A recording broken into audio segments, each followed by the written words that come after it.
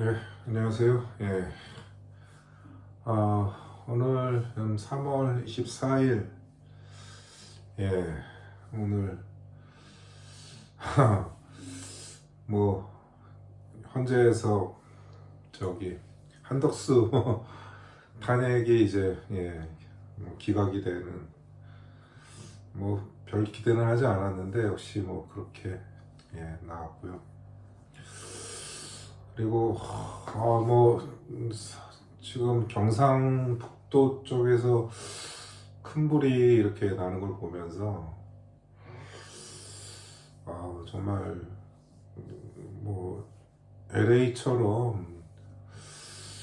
그렇게 어떤 기후 변화로 인한 그런 영향도 있어서 또 그렇게 산불이 크게 번지는 게 아닌가 또 그런 생각이 들면서 정말 윤석열 헌재 선거는 언제 되고 이제 그 결과가 이제 어떻게 될까 이렇게 불이 나는 거랑 이렇게 연관 짓는 건 좀 부적절하지만은 그런 얘기를 하더라고요. 탄핵이 윤석열 탄핵이 인용될 수밖에 없는 이유가 그러니까 탄핵이 인용되면은 그 이제 탄핵 찬성하는 쪽에서의 어떤 저항은 그거는 이제 쉽게 무마되지만은 탄핵이 기각되면은 그거는 이제 감당할 수가 없을 것이다. 정말 민심이 거의 혁명 수준에 가깝게 여론을 정말 들불처럼 끌어올리면서 이제 헌재가 역사 속으로 사라지는 그런 일이 일어날 수 있는 가능성이 만약에 이제 기각이 된다면은 그런 게 이제 너무 커 보이는 건 분명히 있고 아무튼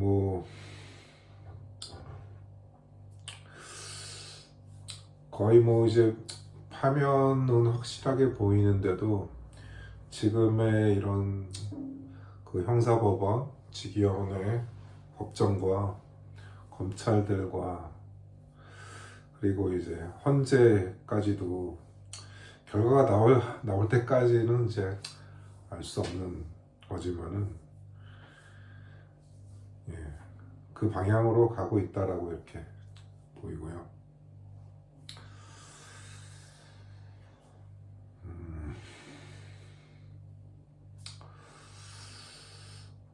아까 좀 전에 또 유튜브에서 어느 방송을 이렇게 그냥 안 보려다가 딱 나왔는데 어느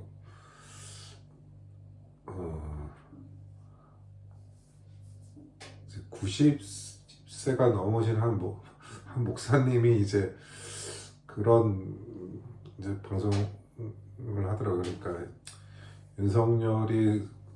그 서울구치소에서 성경책을 읽었다는 소식을 듣고 정말 눈물을 그 방송에서도 눈물을 흘리시더라고요. 네. 참 제가 봤을 때는 지금의 어떤 그러니까 정광훈만이 아니고 그 기독교 쪽에서는 상당히 지금의 어떤 그 탄핵 반대 여론을 형성하는 그 주요 거점이 정말 그 교회, 특히 이제 대형 교회 중심으로 그곳이 이제 발원지가 아닐까 좀 그런 생각이 좀 드는 부분도 있더라고요. 그러니까 물론 이제 거기에 대한 거는 상당히 이재명에 대한 하나의 그 거부감 그런 것들도 상당히 작용을 하고 있는 것 같고 근데 왜 기독교 교회에서 불교에서는 물론 그런 얘기가 잘 안 나오는데 유독 왜 한국의 기독교에서 그런 경향이 많이 이렇게 보이는 것일까? 근데 그 부분도 뭐 제가 거기에 대해서 뭐 깊이 생각해 본 건 아니지만은 그것도 좀 따져봐야 될 부분이 있다라고 보이면서 그 중에 하나는 제가 그냥 얼핏 아이디어 차원에서 드는 생각으로는 하나의 그 유일신적인 그런 신앙이 강한 그런 곳에서는 그런 신앙에서는 하나의 독재적인 유형, 독재적인 권력을 좀 그런 쪽으로 좀 많이 기울어지는 그런 경향성이 있는 게 아닌가 좀 그런 의문이 이번 이런 내란 정국을 통해서 그런 생각이 좀 들었습니다. 예.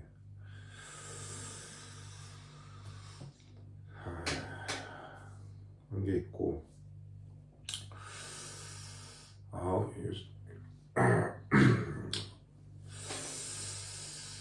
아무튼 뭐 그 헌재의 지금 선고가 요번 주 일단은 분명한 거는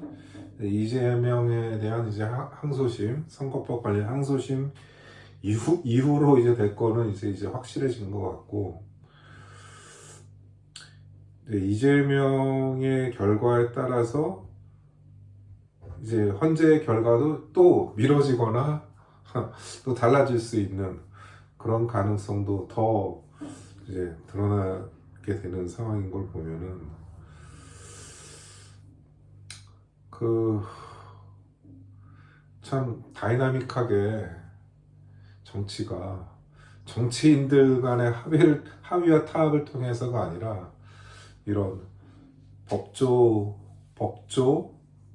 법률, 그러니까 국가의 어떤 사법기관들의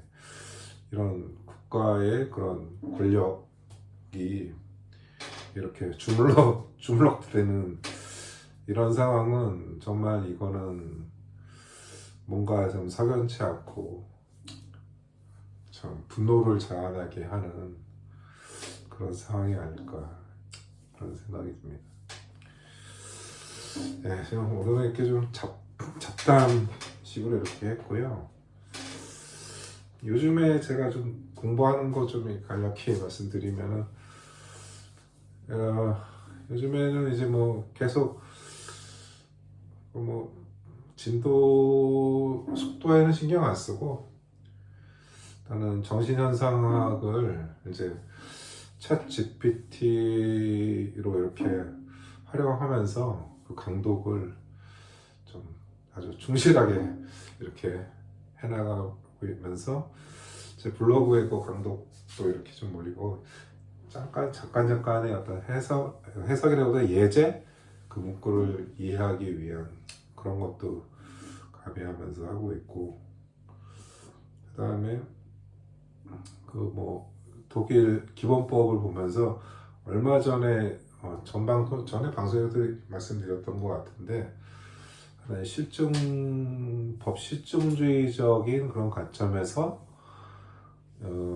법 해석을 하나의 그 입법자의 관점에서 법을 해석을 해야 된다는 어떤 전통적인 법 해석론에 대해서 상당히 그런 법 현실주의적인 관점에서 그거를 이제 비판하는 그 책을 요즘에 그것도 같이 보고 있습니다. 보면서 그 또한 얘기가 거기서 옛날에는 법이 뭐 정말 뭐 법 만드는 사람이 이렇게 많지 않은 시대에서는 그러니까 법을 설계하고 입법을 한 사람들의 의지를 맞춰서 해석을 할 수 있지만은 뭐 독일만 해도 그 연방의회 의원들이 하고 600명이 넘는데 그 많은 사람들이 그 시대를 달리하면서 쏟아내는 그 법들에서 어떻게 이 법체의 의지를 읽을 수 있느냐 뭐 그런 취지의 말도 하더라고요. 뭐 그런 책도 보면서 뭐 저는 요즘 또 드는 생각이 사실 저도 예전부터 좀 법철학에 대한 관심이 있었는데 요번 내란 정국 이걸 거치면서 그리고 사실 한국에서는 사실 법철학이라는 분야가 법 쪽에서는 그런 거를 공부하는 분들도 있고 그런 어떤 이제 학술 그런 그런 뭐 학술 서클도 있고 뭐 그렇긴 한데 이제 거기를 이제 철학 쪽에서는 사실 그 별로 그런 법철학에 대한 것들이 이렇게 뭐 그런 학계가 사실 조성되어 있는 건 제가 보지 못했는데 뭐 어떤 사회 철학 쪽에서는 뭐 사실 법을 건너뛸 수 없는 문제이고 사실 법이라는 거는 뭐 플라톤에서 시작해서 뭐 칸트, 헤겔, 하버마스도 그뭐 법과 관련된 뭐 로만도 그렇고 그런 거를 피해갈 수 없는 부분이라서 뭐 제가 뭐 법을 공부해서 뭘 하겠다기보다도 상당히 좀 그러니까 뭐 하나의 그런 주제화 시키기에도 상당히 좀 실생활이랑 상당히 또 관련된 그런 부분도 있기 때문에 사실 현대 사회에서는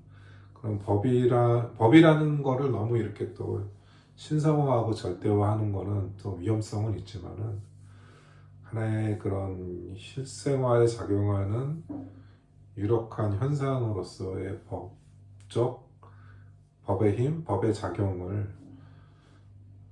그런 것들도 좀 주의 깊게 좀 볼 필요가 있다. 뭐 그런 생각이 또 들기도 합니다. 예. 예. 오늘 좀 두서없이 이렇게 좀 얘기를 했고요. 아무튼 뭐 이번 주에는 정말 헌재의 선고가 나오기를 기원을 하면서 다음에 또 뵙겠습니다. 감사합니다.